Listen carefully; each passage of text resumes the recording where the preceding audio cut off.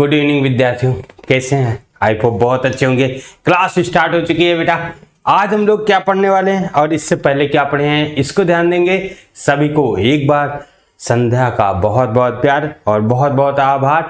जैसे कि आप जानते क्लास स्टार्ट हो चुकी है और एक बात ध्यान देंगे कि हम लोगों ने पिछले क्लास में क्या पढ़ा था, ठीक है? क्योंकि आपको पता होना चाहिए कहाँ से एंडिंग हुई थी, कहाँ एंड हुआ था, फिर कहाँ से हम लोग स्टार्ट करेंगे, ठीक है? और लास्ट में मैंने आपसे एक क्वेश्चन भी पूछा था, आई होप आपको याद हो। यदि तो आप देखिए उसमें एक क्वेश्चन भी पूछा गया था, मैंने कहा कमेंट करके बताइएगा ठीक है, कमेंट करके बताइएगा बेटा, ठीक है? आज भी। और मैं आज एक नया टॉपिक लेकर के आया हूं, बहुत दमदार, ठीक है? और आपको पता है कि जो टॉपिक है वो बहुत ही इंपॉर्टेंट, क्योंकि ये क्वेश्चन हमेशा बनता है। इसीलिए मैं आपसे जो क्वेश्चन हमेशा बोर्ड में बनता है उस क्वेश्चन पे मैं जरूर बता देता हूं कि ये क्वेश्चन बनता है, ठीक है? ओके, चलो तो यहाँ पे हम लोग आज पढ़ने वाले हैं, ठीक है? हम लोग पढ़ेंगे बेटा यहाँ पर, आज हम लोग पढ़ेंगे क्या? गुरु बीजाणु जनन, ठीक है? तो देखिए मैं पहले लिख देता हूँ, फिर परिभाषा बता देता हूँ उसमें क्या बनेगा वगैरह वगैरह, ठीक है? इसमें क्या बनने वाला है वो सारी बात आपको बता देता हूँ। ओके, चलिए तो देखिए हेडिंग है गुरु बीजाणु, ठीक है? गुरु बीजाणु जनन, ठीक? गुरु बीजाणु जनन, या इसको हम लोग यदि कहूं मैं, ठीक है, इसको हम लोग क्या बोलते हैं, ठीक? इसको हम लोग क्या बोलते हैं? इसको बोलते हैं मेगा स्पोरोजेनेसिस, ठीक है ना? या इसे दीर्घ बीजाणु जनन भी बोलते हैं, ठीक है? अलग अलग नाम इसका लिया जाता है। देखिए इसमें बनता क्या है, इस बात को आप फोकस करेंगे, ठीक है? यानी गुरु बीजाणु जनन में बनता क्या है, पहले ये बात करेंगे। प्रोसेस कहां पे होती है उसकी बात करेंगे। तो इसमें बनता है भ्रूण कोश, भ्रूण कोश, नाम सुनिएगा। एम्ब्रियो सैक बनता है, भ्रूण कोश बनता है। एक और चीज होता है भ्रूण पोष, ठीक है? तो भ्रूण पोष अलग होता है और भ्रूण कोश अलग होता है, ठीक है? अभी मैं इसमें अंतर बताऊंगा, लेकिन आपको यहां पे जरूर याद होना चाहिए कि इसमें बनता क्या है। तो इसमें बनेगा बेटा क्या, उसका नाम लिख लोगे आप लोग सभी लोग। इसमें बनेगा क्या? एम्ब्रियो सैक, ठीक है ना? क्या बनेगा? एम्ब्रियो सैक, या इसको हम बोलेंगे भ्रूण कोश, ठीक है? भ्रूण कोश बनता है। इसकी परिभाषा समझेंगे, यदि परिभाषा पे आ जाओ, ठीक है? इसके परिभाषा पे आते हैं तो बताया जाता है कि इसकी परिभाषा क्या है। तो कहता है कि जब बीजांड की, ठीक है ना, किसके? बीजांड की कोशिका, यानी बीजांड की मात्र कोशिकाएं, ठीक है? किसकी? बीजांड यानी ओविल की मात्र कोशिकाएं अर्धसूत्री विभाजन करके, अर्धसूत्री विभाजन करके क्या बनाए? एम्ब्रियो सैक या भ्रूण कोश बनाती है। तो ऐसी दशा को गुरु बीजाणु जनन कहा जाता है। ये अगर परिभाषा लिखने के आए तो ये आप लिख सकते हैं, नो डाउट, ठीक? ये परिभाषा आप लिख सकते हैं। अगर इसका लंबा प्रोसेस यानी दीर्घ उत्तरीय प्रश्न में पूछ रहा है तो आपको पूरा का पूरा बताना पड़ेगा, ठीक है? पूरा विवरण आपको देना पड़ेगा। तो देखिए यहाँ पे हम स्टार्ट करते हैं एकदम जीरो लेवल से। आप लोग एकदम बने रहो हमारे साथ, तभी मजा आएगा। एकदम जीरो लेवल से बेटा, ओके? ये बात ध्यान है, एकदम सुनो। तो हम एक बात बोले कि स्त्री केसर, ये कहां बनेगा? किस भाग में? स्त्री वाले भाग में। किसमें? किसमें बेटा? स्त्री पार्ट में, ठीक है? स्त्री भाग में ये प्रोसेस होती है, ये बात याद रखेंगे। अब मैंने कहूं, मैं ये बता दूं बेटा कि स्त्री केसर, देखिए मैं कह दूं स्त्री केसर क्या है, ठीक है? स्त्री केसर क्या है, ठीक है? स्त्री केसर क्या है जी? तो बताया जाता है स्त्री केसर पुष्प का कौन सा भाग होता है जिसे हम लोग अंडा बोलते हैं। क्या बोलते हैं? अंडक, या उसे हम लोग गायनोसियम, स्त्री केसर गायनोसियम बोलते हैं, और स्त्री केसर को अंडक भी बोला जाता है। क्या बोला? अंडक, ठीक है ना बेटा, अंडक, ठीक। या इसे इंग्लिश में कार्पेल बोलते हैं। क्या बोलते हैं? कार्पेल्स, ठीक है ना, कार्पेल्स या अंडक। अलग अलग पुष्प में कभी एक अंडक होता है, कभी एक से अधिक होता है, ठीक है। ऐसी बात नहीं कि एक ही पुष्प में एक ही अंडक होता है, एक से अधिक भी होता है, ठीक है। तो देखिए अंडक होता है, और स्त्री केसर जो भाग होता है वो 3 भागों में बटा होता है। प्रायः हम लोग इसको, मैं डायग्राम के माध्यम से आपको समझाया था बेटा, जाकर के आप देख सकते हैं पिछली क्लास। तो कुछ ऐसी संरचना थी। ये जो भाग होता है इसे हम लोग बोले थे, ये स्टिग्मा होता है, ठीक है। हिंदी में इसको बोले थे वर्तिकाग्र, ठीक है ना, ध्यान देना मेरी पूरी बात, वर्तिकाग्र। और ये पाइपलाइन वाली जो होती है ऐसे, ठीक है, इसे स्टाइल बोले थे। क्या बोले थे? स्टाइल। और या इसको हिंदी में बोले थे वर्तिका, ठीक है। क्या बोले थे? वर्तिका। और तीसरी यहां पे बात आई, ये जो अंडाशय के आकार की होती है इसे बोलते हैं अंडाशय, ठीक है ना, अंडाशय या ओवरी बोलते हैं। क्या बोलते हैं? ओवरी या अंडाशय बोलते हैं। तो ऐसे हम लोग 3 भाग इसका पढ़े थे, ठीक है। और इसके अंदर जो भाग होता है ऐसे, इसे हम लोग बोलते हैं ओव्यूल, ओव्यूल, या इसे बोलते हैं बीजांड, ठीक है ना, हिंदी में बीजांड बोलते हैं। तो ऐसे आप लोग इसको पूरा याद कर लेंगे। ये संरचना मैं इससे पहले आपको बताया हूं, ठीक है। चलो अब आगे चलूं मैं, तो फिर आपको क्या बताऊं कि इसमें कैसे बनेगा। ध्यान से सुनिएगा मेरी बात। ये तो इसकी संरचना है स्त्री केसर का, और जो भ्रूण कोश जो बन रहा है वो वास्तव में बीजांड में बन रहा है। कहां पे? बीजांड में, ठीक है। तो बीजांड क्या है, पहले उसके डायग्राम को समझ लेते हैं, फिर इनके पूरे प्रक्रिया को समझते हैं, ठीक है। तो देखिए बीजांड का डायग्राम। अब अगले आए बीजांड, ठीक है ना। और इसका बीजांड का टाइप से भी पूछा जाता है, ठीक है। बीजांड, ओव्यूल, ठीक है, ये बात आप समझिए। बीजांड क्या होता है, तो बीजांड की संरचना कैसे होती है, ये भी क्वेश्चन पूछा जाता है। तो बीजांड की संरचना आप लोग समझ लीजिए। देखिए बीजांड में कहता है, बीजांड कहां पर होता है? बीजांड होता है ओवरी, यानी अंडाशय के अंदर स्थित होता है। अंडाशय के अंदर जो होता है वो बीजांड होता है। ये इसकी संरचना देख लीजिए।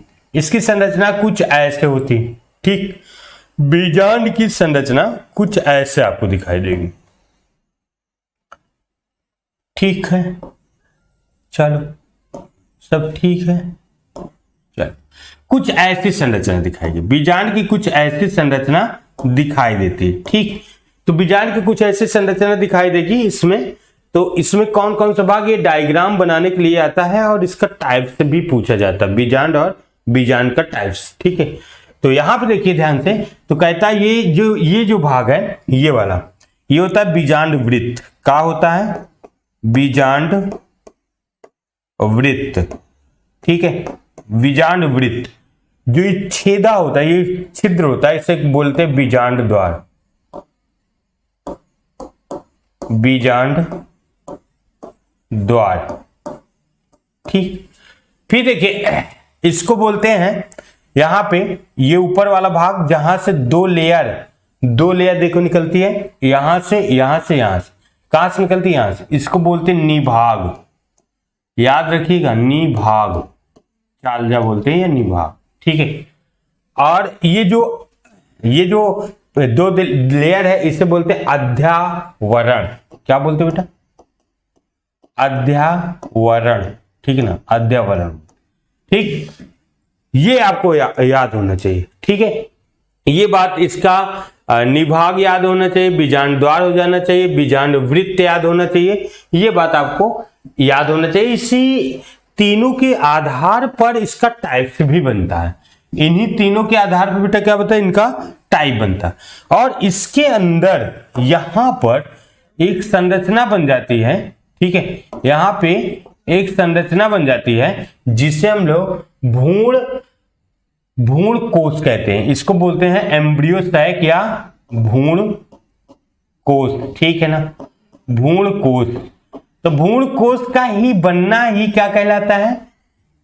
गुरु बीजाणु जनन, है ना। इसका बनना ही गुरु बीजाणु जनन कहा जाता है। तो देखिए कैसे बनता है, यहाँ पे मैंने आपको बताया कि इसका टाइप्स जरूर याद रखिएगा, ठीक है। इसी टाइप्स, ठीक है ना, क्या जी, टाइप्स जरूर याद रखिएगा, क्योंकि टाइप पूछा जाता है। अगर ऐसे पूछे बीजांड का डायग्राम बनाइए, तो ये डायग्राम आप खटाक से बना दीजिए। और इसमें 3 बात विशेष ध्यान देंगे। बीजांड वृत्त नीचे, यहाँ पर निभाग जहां से अध्यावरण निकलता है, और जो छिद्र होता है उसे बीजांड द्वार कहते हैं, और उसके अंदर जो भरा उसे हम लोग क्या कहते हैं? भ्रूण कोश कहते हैं। ये बात इतना सिंपल बना देंगे, पूरा नंबर मिल जाएगा, नो डाउट। आप कंफ्यूजन न हो, कोई कंफ्यूजन नहीं होना चाहिए। ओके, चलिए मैं अगर अब आगे चलूं, ठीक है। अब यहां पे देखो, ध्यान से सुनना मेरी पूरी बात। ये जो बात है, इतना अगर आपको याद हो गया तो इसका टाइप से भी है, आर्थोट्रोपस, एनाट्रोपस, हेमीट्रोपस, सर्सिनोट्रोपस। तो ऐसे इसका जो है, एक सीधा होता है, एक उल्टा होता है, ठीक है, एक क्षैतिज होता है। तो इसका टाइप्स भी आपको पता होना चाहिए। ओके बेटा, तो इसका टाइप्स भी आप कर लीजिएगा, या तो फिर जब फिर मुझे समय मिलेगा फिर आपको अगले क्लास में मैं बता दूंगा, ठीक है। ये सारा सब कुछ बता दूंगा इसका टाइप्स, ठीक है। चलिए यहाँ पे देखिए, यहाँ पे अगर मैं कहूँ, यहाँ पे कहते हैं कि भ्रूण कोश बना, ठीक है, ऐसे। अब अगला पॉइंट पे आते हैं, तो भ्रूण कोश की मैं एक बार संरचना यहाँ पे बना देता हूं, स्ट्रक्चर। और भ्रूण कोश की संरचना बनाने के बाद फिर मैं पूरा डिटेल आपको फिर से समझाता हूं, ठीक है। चलो, तो भ्रूण कोश की संरचना बनाने के बाद आप डिटेल से फिर से समझो, ठीक। देखिए अब आते हैं भ्रूण कोश, तीसरे पॉइंट पे आते हैं भ्रूण कोश। अब भ्रूण कोश के बनने की प्रक्रिया गुरु बीजाणु जनन होता है, ये याद रखना, ठीक है। तो यहां पे आ जाओ, भ्रूण कोश क्या आ जाएंगे बेटा? भ्रूण कोश,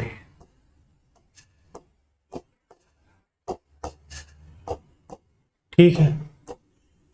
भ्रूण कोश एम्ब्रियो साइक पे आते, ठीक। तो भ्रूण कोश एम्ब्रियो साइक पे आते हैं तीसरे पॉइंट पे, और फिर इसके पूरे प्रोसेस को पूरे डिटेल को फिर मैं फिर से बताऊंगा। पहले इस तीनों इंपॉर्टेंट बात आप जान लीजिए। तो भ्रूण कोश जब इसको हम प्रायः यहाँ से बाहर निकाल करके इसके सर्वे करते हैं, तो इसमें कुछ क्वेश्चन सदैव पूछा जाता है। कौन सा क्वेश्चन पूछा जाता है? तो ये पूछता है कि प्रायः हमेशा एनसीईआरटी और बहुत सारे बुक और बहुत सारे एग्जामों में पूछा जाता है कि ये जो भ्रूण कोश होता है वास्तव में 7 कोशिकी और 8 न्यूक्लिएटेड होते हैं। न्यूक्लिएटेड माने केंद्रक, 7 कोशिकी और 8 केंद्रकी होते हैं। ये बात आपको ध्यान रखना। कितना? 7 कोशिकी 8 केंद्रकी होता है। कौन? भ्रूण कोश, है ना। अजीब बात है ना, अजीब बात है ना, बहुत अजीब बात है, ठीक है। चलो, अजीब बात है तो कोई बात नहीं, ठीक है, लेकिन आपको पढ़ना है। चलो ओके, यहां पे आ जाते फिर से। अगर मैं कहूं, फिर स्टार्ट कर दो कि भ्रूण कोश की संरचना वाइट से बना देता हूं, कुछ ऐसे होता है, देखो ऐसे, ठीक। और इसमें 1 2 3 जो सेल ऊपर होती है ऐसे, इन सेलों को एंटीपोडल बोलते हैं। क्या बोलते हैं? एंटीपोडल सेल, या इसे कहते हैं प्रतिमुखी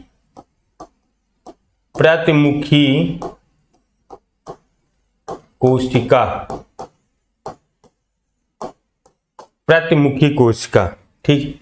दूसरी बात, यहां पे एक सेल होती है जिसको हम द्विध्रुवी केंद्रक कहते हैं। द्विध्रुवी केंद्रक, 2n नंबर केंद्रक होती है, ठीक है ना, 2n केंद्र की। ये बात याद रखिए। बीच यहां नीचे आ जाएंगे तो ऐसे, और 2 सेल इसके अगल बगल होती हैं ऐसे, ठीक है। ये जो है, यहां पे आए, ये जो है इसको हम लोग कहते हैं, इन तीनों सेलों के समूह को, जैसे यहाँ पे तीनों सेलों के समूह को प्रतिमुखी कोशिका कहे हैं, एंटीपोडल सेल्स बोले हैं, तो इसको एग ऑपरेटस बोला जाता है। एग ऑपरेटस, या हिंदी में इसे हम लोग बोलते हैं क्या, इसे हम लोग हिंदी में बोलते हैं, इन तीनों सेलों के समूह को कहते हैं अंड उपकरण। अंड उपकरण, ठीक है, एग ऑपरेटस अंड उपकरण के नाम से जानते हैं। अब इसमें देखिए जो बीच में है, बीच में जो है ये सेल, इसे हम लोग एग सेल के नाम से जानते हैं। एन नंबर का ये होता है, ठीक है, ये है एग सेल, एग सेल, ठीक है।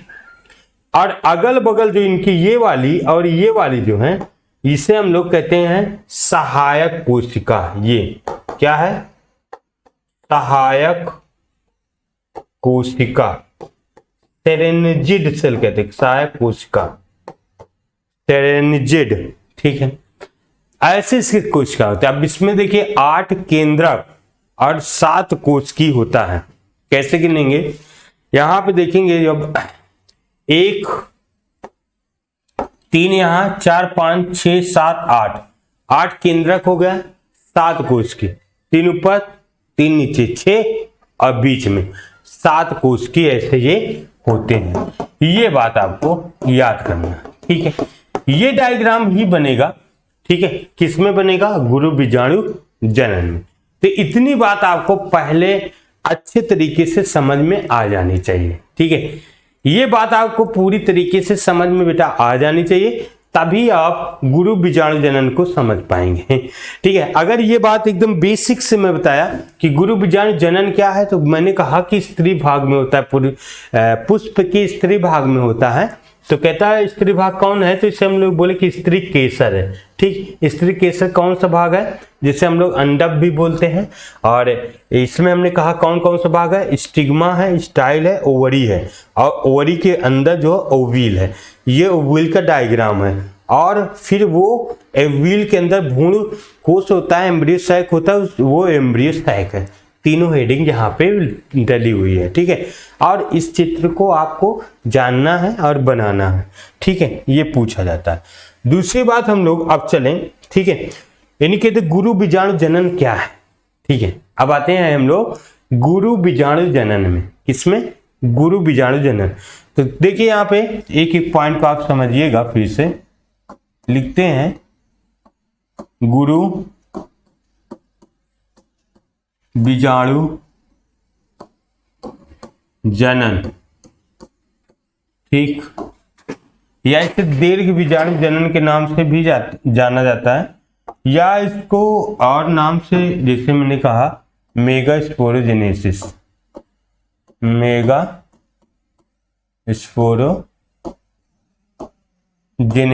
ठीक। ये बात आपको याद है। यहां पे आ जाओ फिर से, मैंने कहा ओवील, ठीक। इसमें कहता है कि जो बीजांड होता है, बीजांड के अंदर मात्र कोशिकाएं विभाजित होकर के भ्रूण कोश का निर्माण करती हैं। किसका जी, भ्रूण कोश का निर्माण करती है। तो इस प्रक्रिया को गुरु बीजाणु जनन कहते हैं।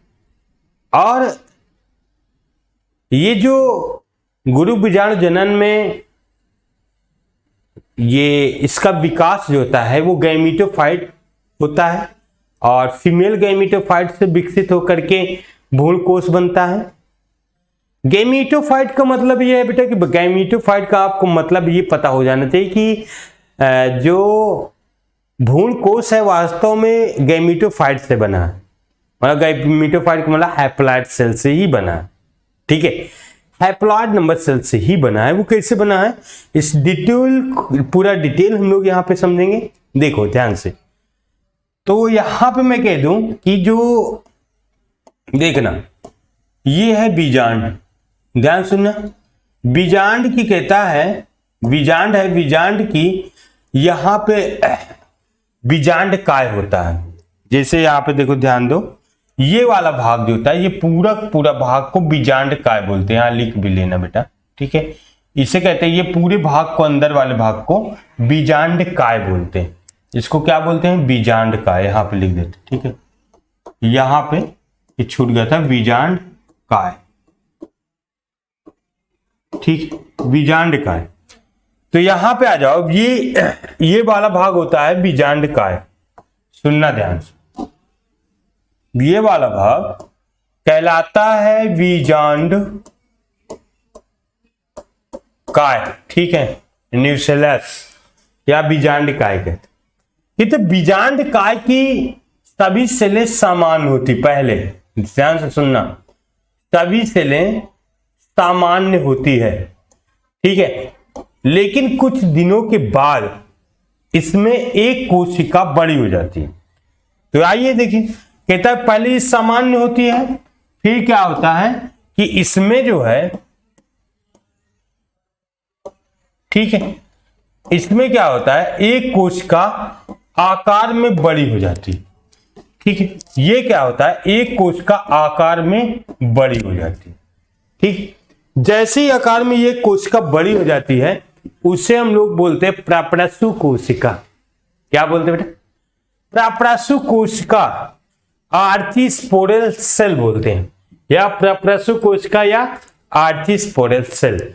ये जो आकार में बड़ी हो जाती है यहां से, ठीक है ना, ये बात। तो हम कहेंगे इसको प्राप्रासु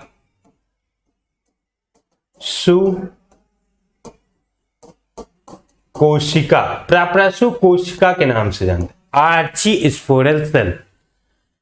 फिर देखिए, यही कोशिका, ये कोशिका में क्या होता है, विभाजन चालू होता है। ये क्या करते हैं, विभाजन चालू करती है।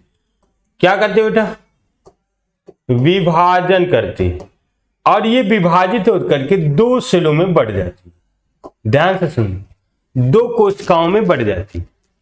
दो कोशिकाओं में जैसे ही बढ़ती है, तो ये ऊपरी वाली सेल को प्राथमिक भित्ति कोशिका, प्राथमिक भित्ति कोशिका,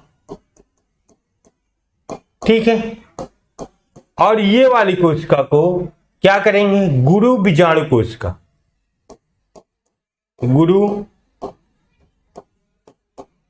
बीजाणु जनन कोशिका, ठीक है ना। ये बात प्राथमिक गुरु बीजाणु जनन कोशिका कहते हैं। याद, अब ये सेल ऊपर वाली प्राथमिक भित्ति कोशिका जो पेरिएंटल सेल है, ये पेरिएंटल सेल डिवीजन करेगी। ये डिवीजन करेगी, कई बार डिवीजन करके फिर रुक जाएगी, ठीक है। लेकिन ये वाली कोशिका, ये गुरु बीजाणु जनन कोशिका जो है प्राथमिक, ये डिवीजन नहीं करेगी। ये बात आपको याद रखना, ये विभाजन नहीं करेगी। अब देखिए, फिर कुछ दिनों के बाद, कुछ समय के बाद क्या होता है, कुछ समय के बाद ये वाली कोशिका क्या करे, मदर सेल की तरह कार्य करती। कैसे कर फिर ये मदर सेल, ठीक है ना, मदर सेल की तरह कार्य करती, यानी मातृ कोशिका बन जाती है, ठीक है, मातृ कोशिका की तरह कार्य करने लगती है, मातृ कोशिका की तरह कार्य करती है, ठीक। ये वाली प्राथमिक गुरु बीजाणु, ठीक, मदर सेल बन जाती है, और मदर सेल बन करके ये क्या करती है कि 4 अर्धसूत्री विभाजन करती है।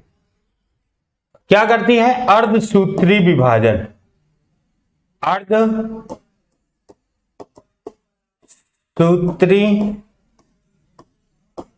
विभाजन करती है, और इस तरह ये मदर सेल से 4 सेल बनती है, 1 2 3 4 कोशिकाओं का निर्माण करती है। कितनी? 4 कोशिका, ठीक है। इस तरह ये 4 कोशिका बनती है। कितनी? 4 कोशिका। और ये 4 कोशिका जो है बेटा, सुनना ध्यान से, ये 4 कोशिका n नंबर की होती है, ठीक है, मतलब सभी हैप्लॉयड नंबर की होती है, ठीक है, या अगुणित होती है। इसीलिए कहते हैं इसमें से 3 कोशिकाएं प्रायः डेड हो जाती। क्या होती? 3 कोशिका, ये तीनों कोशिका डेड हो जाती हैं, अर्थात नष्ट हो जाती हैं। ध्यान से सुनना मेरी बात, ठीक है? ध्यान से सुनोगे तो ज्यादा मजा आएगा। ये एन टाइप का है, चारों कोशिकाएं। ये कहां पे आके बनती हैं? यहां पे बीजांड, ठीक है, यहां पे बीजांड में, ओविल में ये कोशिकाएं बन जाती हैं। और काफी यहां पे देखिए, यहां पे ये पहले उसी तरह रहे, फिर प्रसु कोशिका बनी, विभाजन की 2 सेल बनाई। 2 सेल में से एक सेल को हम लोग बाहरी वाले को भित्ति, प्राथमिक भित्ति कोशिका परिएंटर सेल कहते हैं, दूसरे को प्राथमिक गुरु बीजाणु जनन कोशिका कहते हैं।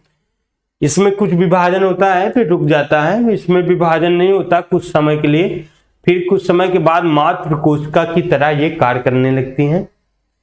मदर सेल की तरह कार्य करने के मतलब अब ये अर्धसूत्री विभाजन प्रारंभ करती हैं और 4 कोशिकाओं का निर्माण कर लेती हैं। ये चारों कोशिकाएं एन टाइप की होती है, उसमें से 3 कोशिकाएं नष्ट हो जाती हैं। ऊपर से 3 कोशिकाएं, कभी कभी नीचे से 3 कोशिका, उसमें से सिर्फ एक सेल बनती है, ठीक है। और एक सेल जो बच जाती है वो हैप्लॉइड नंबर होती है, यानी गैमिट की तरह कार्य करती है। इसलिए यही कोशिका, एक जो बची शेष, ये वाली कोशिका, ठीक है, ये जो शेष कोशिका बची है, यही कोशिका एम्ब्रियो सैक का निर्माण करेंगे, भ्रूण कोष बनाएगी। इसीलिए कहता है यहां से जो स्टार्टिंग होती है वो गैमीटोफाइट का डेवलप होता है, ठीक है। गैमीटोफाइट, फीमेल गैमीटोफाइट का डेवलपिंग चालू होता है या विकास चालू होता है। तो देखिए आगे, अब यही कोशिका क्या करेगी, ये जो एक सेल बची, ये 3 सेल थी, ठीक है, हैप्लॉइड नंबर 4 सेल थी। चारों सेल जो थी हैप्लॉइड नंबर की थी। कैसे थी? हैप्लॉइड नंबर की थी, अर्थात n नंबर की थी, ठीक है, ये बात याद रखिएगा। और इसमें 3 नष्ट हो गई, 1 बची। अब यही कोशिका, ये नष्ट हुई है, आप लिख दो नष्ट, और एक कोशिका अब आकार में बड़ी हो जाएगी। कैसे? यही जो है अब एक कोशिका आकार में बड़ी हो जाएगी। कैसे? आकार में बढ़ेगी, ठीक है ना, ऐसे लिख देते, आकार में अब ये कोशिका बड़ी हो जाएगी। देखिए, जैसे ही आकार में बढ़ती है वैसे ही केंद्रक का विभाजन चालू होता है। कैसे बेटा? आकार में बढ़ जाएगी और ये काफी स्थान घेर लेगी, किसका? बीजांड काय का काफी स्थान घेर लेगी, क्योंकि ये कहां पे होती है? बीजांड काय में। तो यहां पे अगर मैं बना दो बीजांड काय तो आपको ज्यादा समझ में आएगा। यहां पे ये बीजांड काय का काफी स्थान, ये बीजांड काय है और बीजांड काय का काफी स्थान ये घेर लेती है। यहाँ पे ये बीजांड काय है और ये बीजांड काय बीच वाले का काफी स्थान ये घेर लेती है, ऐसे, ठीक है ना, ये बात आपको समझ। अब यही कोशिका आकार में बड़ी होकर बीजांड काय का काफी स्थान घेर लेती है और यहाँ पे केंद्रक का विभाजन चालू होता है, जिसके अंदर केंद्रक होता है। क्या होता है? केंद्रक, वो n नंबर का होता है और ये जो केंद्रक है केंद्रक का विभाजन करता है। यहां से केंद्रक का विभाजन चालू होता है। देखिए, तो केंद्रक का विभाजन जैसे चालू होता है तो एक केंद्रक से 2 केंद्रक बनता है, ठीक है, एक केंद्रक से 2 केंद्रक। अब ये दोनों केंद्रक इस ध्रुव की ओर ऐसे ऐसे अग्रसर होंगे। तो दूसरे स्टेप में आप फिर आ जाएं तो एक केंद्रक इधर, एक केंद्रक इधर। जैसे ध्रुव की ओर पहुंचता है तो फिर से केंद्रक का विभाजन होता है। तो ये केंद्रक का फर्स्ट विभाजन, यहां पे हो जाएगा सेकंड विभाजन, तो यहां पे 4 केंद्रक बचे। फिर आगे चल के फिर केंद्रक का विभाजन होता है, यहां पे ध्यान दो, फिर केंद्रक का विभाजन होकर के ये केंद्रक का थर्ड विभाजन होता है। तो यहां पे देखिए 2 से 4 यहां बन जाते हैं और यहां भी 4 ऊपर बन जाते, 4 केंद्रक बन जाते। ये क्या है? सभी केंद्रक है, ठीक है ना। ऐसे जो है 8 केंद्रक, इसमें 8 केंद्रक, ठीक है ना। 8 केंद्रक, इसमें कितना हो जाएगा 2 2 4, अब इसके बाद 8 केंद्रक होगा 2 4 8, ठीक है ना। तो जो 8 केंद्रक हैं, ध्यान सुनना, 8 केंद्रक में एक केंद्रक ध्रुव इधर सेंटर की ओर, एक केंद्रक यहां पे बीच में आने लगेगा। ठीक, जैसे ये पहुंचेगा आगे, जैसे ये आगे पहुंच जाएगा, ध्यान सुनना, ये आगे जाएगा तो इसकी संरचना कुछ ऐसे हो जाएगी, यानी 1 2 3 केंद्रक ऊपर बचेगा, 3 केंद्रक जो है नीचे बचेगा, 2 केंद्रक यहां बीच में आ जाएगा, दोनों जुड़ जाएगा, ये द्विध्रुवी केंद्रक हो जाएगा, और बाद में इसमें इनके ऊपर भित्तियां आ जाएंगी, लेयर, ऐसे ये भित्तियां बन जाएंगी। ठीक है, इसके ये यहां पे भित्तियां बन जाएंगी, यहां पे भित्तियां भी ऐसे बन जाएंगी। ठीक है, तो ये जो संरचना बनी है, अब हम इसको क्या बोलेंगे, ये संरचना जो 3 कोशिकाओं का समूह है, इसे हम लोग कहते हैं प्रतिमुखी कोशिका, प्रतिमुखी कोशिका या एंटीपोडल सेल। ठीक है, ये जो होता है द्विध्रुवी केंद्रक होता है, द्विध्रुवी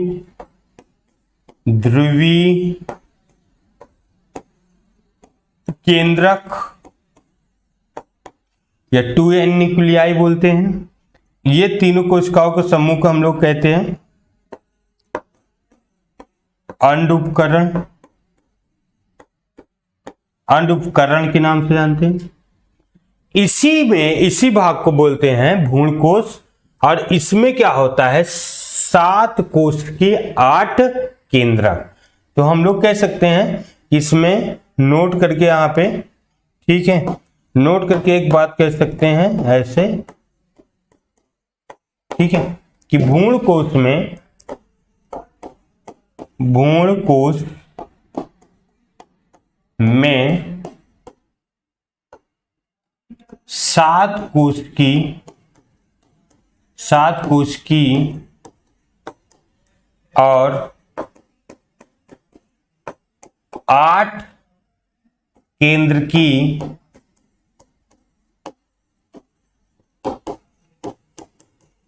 वाला होता है। ठीक है, ये क्वेश्चन हमेशा पूछा जाएगा, इसको याद रखिएगा। ठीक, ये बात आपको जरूर याद रखना, ठीक है ना। तो यहां पे फिर से एक बार आप लोग समझ लेंगे तो ज्यादा बेस्ट होगा। यहां पे मैंने एक बात आपसे कहा बेटा कि यहां फिर से रहो कि ये है गुरु बीजाणु जनन क्या है। तो मैंने एक शॉर्टकट में आपको बताया कि गुरु बीजाणु जनन वह प्रक्रिया है जिसमें क्या होता है कि जो बीजांड है, बीजांड के मात्र कोशिकाएं अर्धसूत्रीय विभाजन करके भ्रूण कोश बनाती है, उसे हम लोग गुरु बीजाणु जनन कहते हैं। इसमें देखिए जो बीजांड का डायग्राम है, इसमें कुछ कोशिकाएं बड़ी हो जाती है कुछ समय के बाद, और उसे प्राप्रासु कोशिका कहते हैं। ये पहली बार विभाजन करती है, प्राथमिक भित्ति कोशिका, दूसरा गुरु बीजाणु जनन कोशिका बनाती है, और उसके बाद जो है ये कोशिका कई बार बढ़ती है, फिर रुक जाती है, बढ़ना प्रारंभ बंद कर देती है। जो गुरु बीजाणु जनन कोशिका मदर सेल की तरह कार्य करती है, मतलब कि अब ये मियोसिस सेल डिवीजन करेगी, अर्धसूत्रीय विभाजन चालू करेगी। जैसे ही अर्धसूत्रीय करती 4 सेल बनाती है, 4 सेल में 3 नष्ट हो जाती है, और ये सभी सेलें एन टाइप यानी हैप्लॉइड होती है, आगुणित होती है, और उसमें से एक सेल बचती है और वही सेल आगे डेवलप करती है। देखिए एक 3 नष्ट हो गई, एक बची, यही आकार में बड़ी हो जाती है, जीव द्रव्य को इकट्ठा कर लेती है, और जीव द्रव्य को इकट्ठा करके आकार में बड़ी हो जाती है। अब सीधी सी बात है कि यदि आकार में बड़ी हो जाएगी, ठीक, यदि आकार में बड़ी हो जाएगी तो जो बीजांड काय है उसका काफी स्थान घेलेगी। बीजांड काय के जो स्थान है, बीजांड के अंदर बीजांड काय होता है, उसको काफी स्थान घेर लेगी। जैसे ही स्थान काफी उसका घेरेगी, ठीक है, तो इसमें क्या है केंद्रक का विभाजन, न्यूक्लियस का केंद्रक का विभाजन चालू हो जाता है। ठीक है, पहले केंद्रक से 2 3 केंद्रक का विभाजन होता है, फर्स्ट सेकेंड थर्ड। हर केंद्रक के विभाजन में 8 केंद्रक बन जाते हैं। 8 में से 2 इधर पूर्व की ओर अग्रसर होते हैं और दोनों मिल करके 2 ध्रुवीय केंद्रक 2n नंबर को बना लेते हैं। ठीक है, ये क्यों जानते हैं मेरे भाई? क्योंकि मैं आपको बता दूं, अभी यहाँ पे एंजियोस्पर्म के पौधे में जो सबसे बड़ा गुण है वो है डबल फर्टिलाइजेशन का। ठीक है, डबल फर्टिलाइजेशन का गुण पाया जाता है, जबकि जिम्नोस्पर्म के पौधों में डबल फर्टिलाइजेशन नहीं होता है। बात समझ, तो पुष्पी पौधों में ही, यानी आप कह सकते हैं कि एंजियोस्पर्म के पौधे में ही दोहरा निषेचन होता है। ये इसका विशेष गुण है, मतलब विशेष मतलब ये यूनिक है और किसी में ये नहीं पाया जाता है। जबकि अगर मैं कहूं कि जिम्नोस्पर्म में डबल फर्टिलाइजेशन नहीं होता है और उसमें अगर फिर बात करें कि भ्रूणपोष होता है, एंडोस्पर्म जिसे बोलते हैं भ्रूणपोष, तो भ्रूणपोष होता है और उसका भ्रूणपोष n नंबर का होता है, जबकि यहाँ का भ्रूणपोष जो होता है 3n नंबर का होता है। क्यों होता है? वो डबल फर्टिलाइजेशन में हम लोग समझेंगे। ठीक है, तो इसलिए सभी डायग्राम को, सभी एक एक चित्र को आपको समझना होगा। अब इसी में दोहरा निषेचन आएगा, तो दोहरा निषेचन को समझने के लिए हमको ये बात जरूरी होती है कि ये डायग्राम समझना। ठीक है, आप किसी भी बुक में चले जाइए, एनसीईआरटी में जाएंगे, तब पर भी आपको ये सारे डायग्राम दिखाई देंगे। ठीक है, पूरे डायग्राम आपके सामने रहेंगे, तो इसको ध्यान से देखिएगा और समझिएगा। ये 2n नंबर का होता है। बाद में यहां से एक निषेचन हो जाता है, एक अंडकोशिका में होती है, जो अगल बगल होती है वो सहायक कोशिका होती है। ये क्या होती है? ये दोनों सहायक कोशिका होती है। ठीक, जैसे निषेचन हो जाता है बेटा, ये कोशिका और सहायक कोशिकाएं सब नष्ट हो जाती है और ये जो 2n होता है ये 3n हो जाता है और यही बाद में एंडोस्पर्म का निर्माण करता है। क्या बनाता है? एंडोस्पर्म। और एक सेल से जो निषेचन होता है वो बाद में क्या बना लेता है? भ्रूण बना लेता है, एम्ब्रियो, जिसे हम लोग भ्रूण बोलते हैं। तो कहता बीज जो बना, अब ये बीज बनाएगा, समझ लीजिए मेरी बात, ये बनाएगा बीज, और बीज में 2 भाग आपको देखने को मिलेगा। यहीं से बीज का प्रारब्ध हो जाता है और यहीं से हम लोग समझ सकते हैं इसका अगला प्रारब्ध जैसे चालू होता है तो भविष्य क्या होगा। क्योंकि 2 सेल ये नष्ट हो जाती है, अगल बगल सहायक कोशिका नष्ट हो जाती है, ये वाली बचती है अंड सेल, एग सेल, और ये वाली बचती है। तो अब बीज में ये जो पूरा बीज बनेगा, ये पूरा बीज बनेगा, बीज में 2 चीज आपको दिखाई देगी, एक तो ये, एक तो ये। ठीक है, तो यहीं से प्रारब्ध होता है बीज का। और यहां पे आपको समझ में, ये जो है द्विध्रुवीय निषेचन करके ये बनाएगा एंडोस्पर्म, भ्रूणपोष। भ्रूणपोष ये पूरा बेटा भ्रूण कोश है, ये पूरा भ्रूण कोश है। और जो ये इसके अंदर बनेगा वो बनेगा भ्रूणपोष। यानी भ्रूणपोष कहां होता है? भ्रूण कोश के अंदर बनेगा, यानी बीज में। ठीक है, और ये बनेगा भ्रूण, एम्ब्रियो। क्या बनेगा? भ्रूण बनेगा। तो बीज में आपको 2 चीज दिखाई देगी, भ्रूणपोष और भ्रूण, एम्ब्रियो। भ्रूणपोष जो होता है ये क्या करता है? भ्रूण को पोषण देता है। भ्रूणपोष नाम से भ्रूण को पोषण देने वाला। तो भ्रूणपोष भ्रूण को, एम्ब्रियो को पोषण देने वाला होता है, जिसे हम लोग भ्रूणपोष के नाम से जानते हैं। ठीक है, ये बात आपको याद रहना चाहिए। अगर ये बात यहां तक अगर आपको याद हो गई तो एकदम पक्का आप लोग सारे डायग्राम को देख करके समझ लेंगे, क्योंकि एकदम बेहतरीन तरीके से मैंने आपको बताया। क्यों जी, है ना? एकदम बेहतरीन, और एक एक डायग्राम को समझाते हुए चले हैं। तो इस बात को याद रखिएगा। और ये इंपॉर्टेंस क्वेश्चन है, गुरु बीजाणु जनन जो पूछा जाता है, ये बहुत ही इंपॉर्टेंस क्वेश्चन है। ठीक है, ये बात आप याद रखिएगा, गुरु बीजाणु जनन। ओके, तो ये इतना आ जाएगा। फिर हम कल चलेंगे, नेक्स्ट आएंगे। और जो भी दिक्कतें हो आप कमेंट कर सकते हैं, जो भी आपको ना समझ में आए हो तो वीडियो में कमेंट कर दीजिएगा। और अपना ख्याल रखिएगा। गॉड ब्लेस यू सभी को, और हंसते रहिए, पढ़ते रहिए, मुस्कुराते रहिए। ठीक है, ओके, बाय बाय।